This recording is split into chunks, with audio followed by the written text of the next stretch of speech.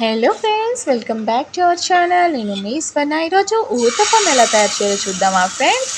దీనికోసం ముందుగా దోశ పెనంని వేడైన తర్వాత కొంచెం ఆయిల్ అప్లై చేసుకొని దోశ పిండిని అయితే వేసుకోవాలి. దోశ పిండి మందంగా వేసుకోవాలి, దోశలాగా కాకుండా ఇలా వేసుకోవాలన్నమాట. దీనిపైన కట్ చేసుకున్న ఆనియన్, టమోటో, పచ్చిమిరపకాయ ఇంకా కరివేపాకు ముక్కలను అయితే చల్లుకోవాలి. ఈ విధంగా మనం జీలకర్ర కూడా యాడ్ చేయొచ్చు. నాకు ఎందుకో జీలకర్ర అయితే నచ్చదనమాట, అందుకని నేను యాడ్ చేయట్లేదు.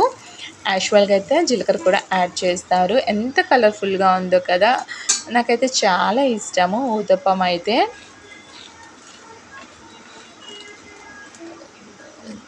కొంచెం బాగా కాలనివ్వాలి. దీన్ని తక్కువ మంటలోనే వేడి చేసుకోవాలి ఫ్రెండ్స్. ఒక 5 మినిట్స్కి రెడీ అయిపోతుంది. మంట ఎక్కువ పెడితే కనుక మనకి కొంచెం మాడిపోయినట్లు ఉంటుంది, నాకైతే అస్సలు నచ్చదు. సో నేనైతే తక్కువ మంటలోనే కాలుస్తాను వీటిని. అంతే ఫ్రెండ్స్, అయిపోయింది. చూసారా ఎంత ఎమ్మీగా ఉందో.